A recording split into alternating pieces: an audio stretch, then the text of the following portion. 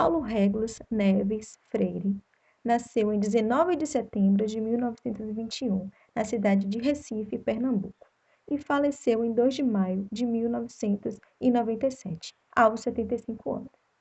Ele era filho de um capitão e de uma dona de casa, sendo o único da família a conseguir prosseguir os estudos e se formar. Formou-se em Direito, mas seu principal destaque mesmo foi como educador. Em 1947, ele foi superintendente do setor de educação do SESI, onde teve contato com a educação de jovens e adultos e trabalhadores. E ali ele viu a extrema necessidade que o Brasil tinha em possuir um plano de alfabetização. Em 1950, ele defendeu a participação popular ativa no desenvolvimento pelo qual o país passava, pois acreditava que o verdadeiro desenvolvimento só acontece através da educação. Paulo Freire foi convidado pelo prefeito e em seguida pelo governador do Recife, Miguel Arraes, para desenvolver um projeto voltado à alfabetização de jovens e adultos.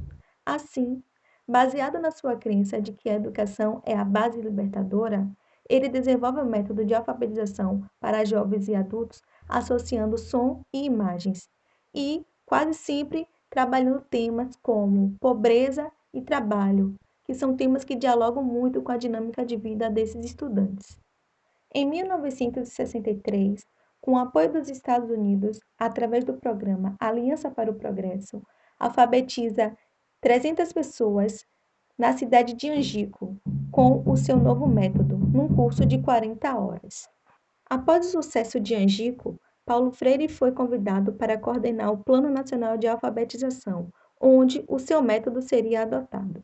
O objetivo era alfabetizar 5 milhões de pessoas. O plano tinha previsão para ser aplicado em 13 de maio de 1964. Infelizmente, o Plano Nacional de Alfabetização não foi para frente por conta do golpe militar de 1964. Além disso, Paulo Freire foi preso por mais de 70 dias e logo após essa prisão, ele foi exilado e foi para o Chile. Ele foi acusado de subversão e provavelmente tenha sido preso por sempre defender a prática de educação libertadora aqui no país.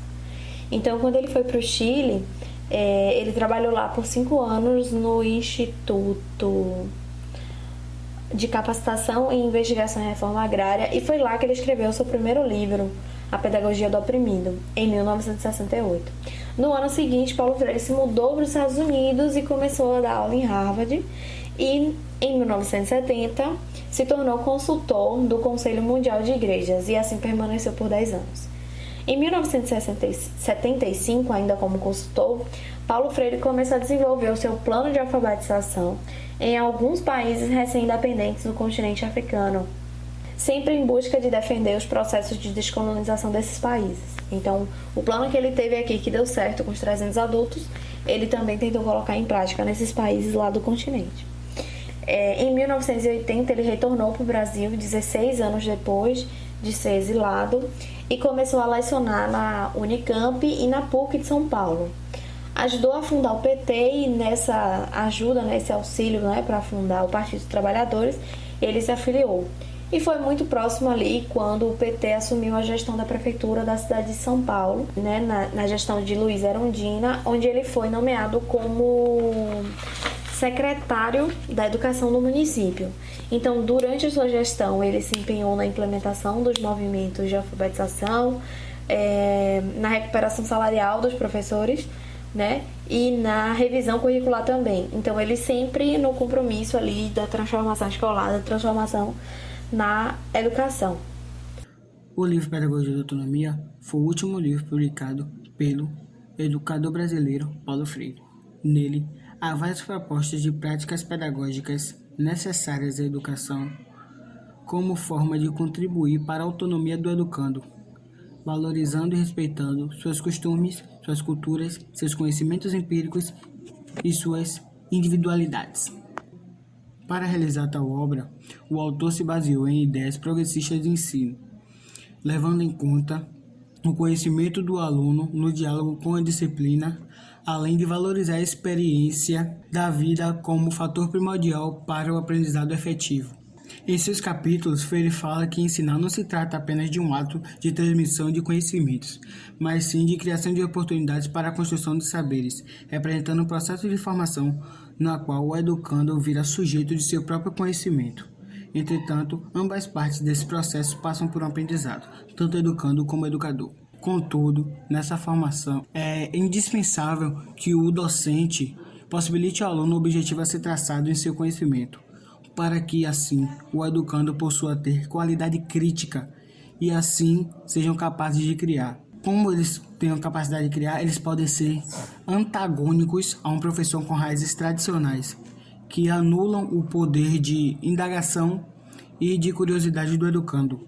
Ou seja, dúvidas e curiosidades seriam silenciadas por um professor autoritário e conservador que se enxerga como possuidor de um conhecimento indiscutível.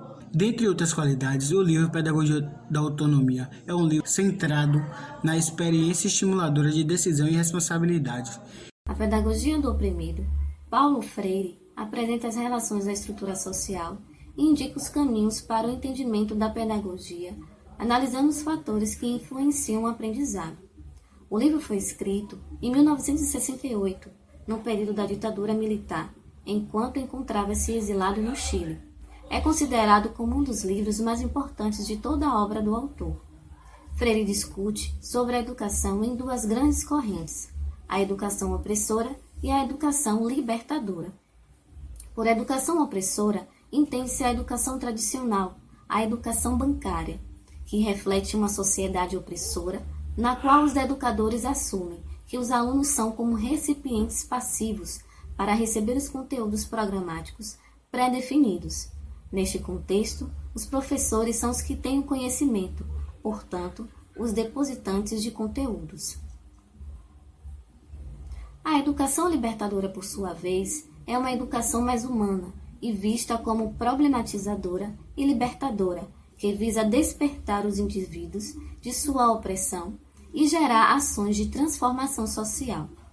Para que isso aconteça, os alunos devem compreender a realidade que os cerca, através de uma visão crítica da mesma, respeitando sua cultura e história de vida. Essa concepção educacional baseia-se na estimulação da criatividade dos educandos e numa relação de simbiose entre educador e educando, à medida em que procura misturar os papéis dos mesmos, pois, segundo Freire, ninguém educa ninguém e ninguém educa a si mesmo, mas os homens educam-se entre si, mediatizados pelo mundo.